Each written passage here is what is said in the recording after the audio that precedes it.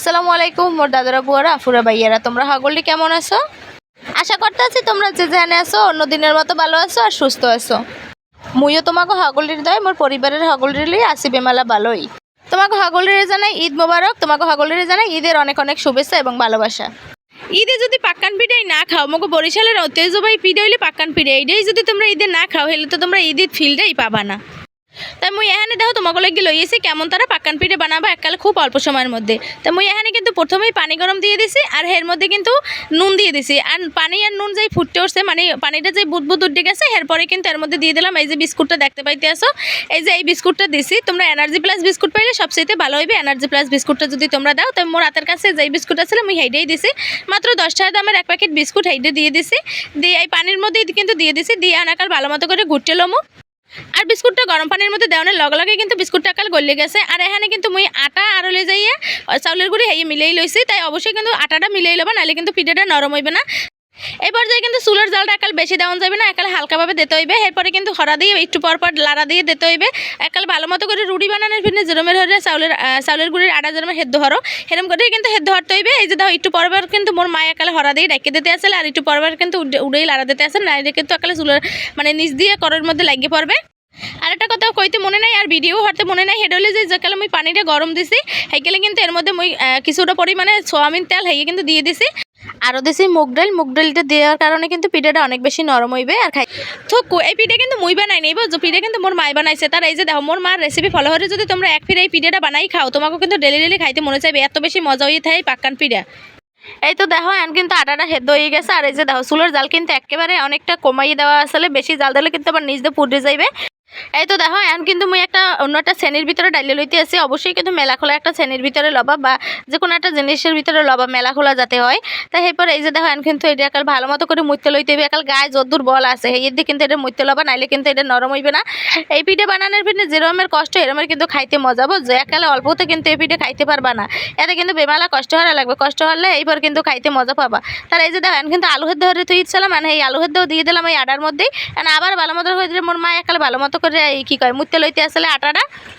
আলু দেওয়ার পরে কিন্তু এখন আরও ভালো করে মাঝে লইতে হইবে। এখানে কিন্তু কোনো ধরনের পানি ব্যবহার করা যাবে না, পানি ব্যবহার করলে কিন্তু আটাটা নরম হয়ে যাবে। তোমরা তো দেখেই বুঝতে পারতেছো যে কিরমের করে আটাটা মাখতে আছে মোর মায়। একালে গায়ে যদ্দূর বলা আসলে হেই দিয়ে মাছ দিয়ে আছে এমন না হান দুর্বল মান সে কিন্তু পারবে না। তো যাই হোক এরপরে এই যে দেখো আটার মধ্যে কিন্তু একটা ডিম ব্যাঙ্কে দিয়ে দেবে। এখানে কিন্তু বেশি ডিম দেওয়া যাবে না, বেশি ডিম দিলে কিন্তু আবার কিন্তু ফাইটতে যাবে যে সময় বাজতে যাবা। পরিমাণ মতো কিন্তু দিতে হইবে ডিম, একটা বা দুইটা যতটুকু পরিমাণে আটা লবা অতটুকু পরিমাণে বুঝে কিন্তু ডিম দিতে হইবে। ডিমের পরিমাণ কিন্তু বেশি বাড়াই কমাই দেওয়া যাবে না। তার এরপরে এই যে দেখো এখন কিন্তু ডিমটা দিয়েও ভালো মতো করে আবারও মাইকে লইতে আসলে। ডিম দেওয়ার পরে কিন্তু আবার একালে আটাটা অনেকটা নরম হয়ে যাবে, হেতে কিন্তু ভয় পাওয়ানোর কিছু নাই। আবার ওরমের করে অনেকক্ষণ পর্যন্ত মাখতে থাকবা, মাখতে মাখতে দেখবা যে একালে শক্তও না একবারে বেশি আর একবারে বেশি নরমও না, এরমের একটা ডো হয়ে যাবে। এরপরে কিন্তু বুঝতে পারবা যে একাল ডোটা হয়ে গেছে। এই যে দেখো মোর মা কিন্তু মাখতে মাখতে একালে কিরমের হয়ে গেছে আটাটা, একাল বেশি সেদ্ধ মানে কি কয় একেবারে বেশি নরম হয় না একেবারে বেশি শক্ত হয় না, এরম একটা পর্যায়ে এই যাইবে। এরপর এই যে দেখো এখন কিন্তু একটা নরম আর শক্ত মানে মাঝামাঝি পর্যায়ে একটা ডো হয়ে গেছে। এখন কিন্তু মুখ আটাটা একাল পুরোপুরি রেডি হয়ে গেছে পিঠের ফুল কাটার লাগিয়া। এই পিঠে বানানোর ফিরনে কিন্তু হাজও পাওয়া যায়। তাই মোরা এখানে হাজ দিয়ে বানাই নি, মোরা মুখ ইচ্ছা অনুযায়ী যেরমের মুখ ভালো লাগছে হেরমের করে ডিজাইন করে কাটিয়ে লইছে। তোমরা যে যেরমের মনে চাই হেরম করে ডিজাইন করে কাটিয়ে লইতে পারবা। তাই এই যে দেখো মোর বইনে কিন্তু এখানে পিঠেগুলো কাটিয়ে লইতে আছে, আসলে এইসব যোগ্যতা মন নাই মোর বইনেরই আছে। তাই দেখো এই যে মোর বইনে কিন্তু এখানে কাটিয়ে লইতে আসলে পিঠেগুলো এখানে তোমাকে ইচ্ছা অনুযায়ী যেরমের মনে চাই তোমাকে মনে যতদূর মনে চাই এরমের আটাটাও যদি ভিজেই থই হ্যাঁ ও খাইতে পারবে, তো কোনো সমস্যা নাই। তাই এখানে মোর বইনে আবার সুন্দর করে পাতা ফুল মানে পাতা ফুলের একটা কি কয় পাতা কাটিয়ে লইছে পিঠা। তারা এখানে আরও অনেক ডিজাইন করতে আসলে। এই পিঠে বানানোর ফিরনে মুকুর দাদি নানিকেও দেখছে যে হাঁস বানাই থইতে। আর মোর মারও অনেক আগের হাঁস আসলে, এখন এই হাঁস নষ্ট হয়ে গেছে মানে মারি দিয়ে মোর মায় বানাই লইছিলে। যদিও এখন এই হাঁসগুলো না থাকার কারণে এখন কিন্তু মোরা নিজেরা হাত দিয়ে ডিজাইন করে লইতে আসলাম। এই যে দেখো মোর বইনে কিন্তু একটার পর একটা ডিজাইন করে লইতে আসলে। তোমরা তো দেখেই বুঝতে পারতে আসো যে কিরমের করে ডিজাইনগুলো করা হয়েছে। আসলে মুই এটাই পারিও না, এগুলো আমি ভালো মতো তোমাকে বুঝাইয়ে কইতে পারতে আসি না। ও কিন্তু এখানে অনেক ধরনের পিঠে বানাই হেলাইছে, মানে অনেক ধরনের পিঠে বলতে অনেক ধরনের ডিজাইন করে হেলাইছে। খারাপ পিঠের কথা এখন পরে কই, তোমরা যারা যারা এখন পর্যন্ত মোর ভিডিওতে আসো এখন পর্যন্ত একটা লাইক দিতে ভুলে গেছো, দয়া করে একটা লাইক দিয়ে শুরু করে দাও আবার ভিডিওটা দেখা। আর যারা যারা আজকে মোর চ্যানেলে নতুন আছে, যদি মোর ভিডিওর কোনো অংশ কোনো আইনতে ভালো লাগে থাকে অবশ্যই কিন্তু মোর ভিডিওটা মোর চ্যানেলটা সাবস্ক্রাইব করে দেবা, আর ভিডিওর নিচে একটা কমেন্ট করে যাবা যে তুমি নতুন না পুরান। তো যাই হোক, এই যে দেখো এখানে কিন্তু মোর বুনি একাল বেশ কয়েকটা পিঠে বানাই হেলাইছে, আরও অনেকগুলো বানাইতে আসলে। তো এই যে দেখো এখানে কিন্তু পিঠেগুলো দেখতে মাশাআল্লাহ অনেক বেশি সুন্দর আসলে। এখানে আবার এই যে কাঁটা চামচ দিয়েও পিঠে বানাইতে আছে। তার মুই যে কইলাম না মোর কোনো আসলে গুণ নাই, মেয়েটি কোনোদিনও পারিনি আর পারমু কিনা কোনোদিন হ্যাঁ কইতেরি না।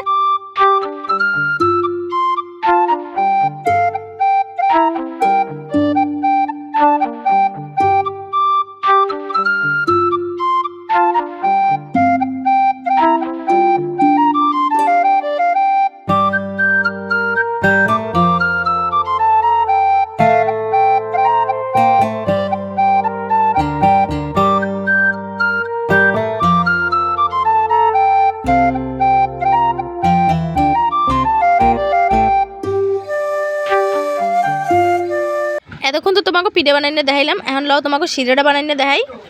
শিরা বানানোর লাগে এখানে কিন্তু পরিমাণ মতো দুধ দিয়ে দিছি আর স্বাদ অনুযায়ী চিনি দিয়ে দিতে আসি। তারপরে কিন্তু এর মধ্যে দেবো দারচিনি আর এলাচ। এখানে কিন্তু তেজপাতা চাইলে তোমরা তেজপাতাও দিতে পারো, তো মোরা আসলে তেজপাতার গন্ধটা পছন্দ করি না, এই লেগে কিন্তু তেজপাতাটা দেয়নি। তাই এখানে কিন্তু মোর মা একালে এক এক করে দারচিনি এলাচ সব দিয়ে দিতে আছে। আর এখানে কিন্তু একাল দুধটা ভালো মতো করে জাল দিয়ে লইতে হইবে। এখানে কিন্তু কোনো ধরনের পানি ব্যবহার করা যাইবে না, পানি দিলে কিন্তু খাইতে মজা লাগবে না। এখানে কিন্তু চেষ্টা করবা দুধটাই বেশি দেওয়ানের। এখন কিন্তু অনেকক্ষণ ধরে দুধটা জাল দিয়ে লইবে, যদিও মোর মায়ের দুধটা আরও আগেও একটু জাল দিয়ে লইছিলে, এখন কিন্তু দুধ আরও ভালো মতো করে জাল দিয়ে লইতে হবে। জাল দিয়ে একালে অনেকটা পরিমাণে টানাই লইতে হইবে। এই তো দেখো পিঠেগুলো এখন কিন্তু চুলালে আনা হয়ে গেছে ভাজার লাগিয়ে। তো এখন কিন্তু পিঠেগুলো দেখতে মাশাআল্লাহ অনেক বেশি সুন্দর লাগতে আছে। পিঠেগুলো আসলে দেখতে যতটা সুন্দর দেখে খাইতেও কিন্তু বেমালা মজা লাগে।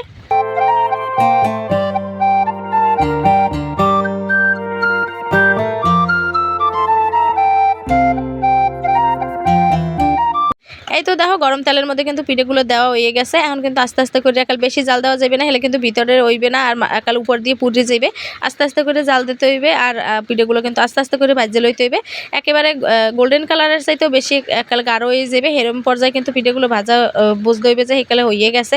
তাই এই যে দেখো মোর মায়ে কিন্তু আস্তে আস্তে করে অল্প অল্প পিঠে দিয়ে একাল ভাজে লইতে আসলে।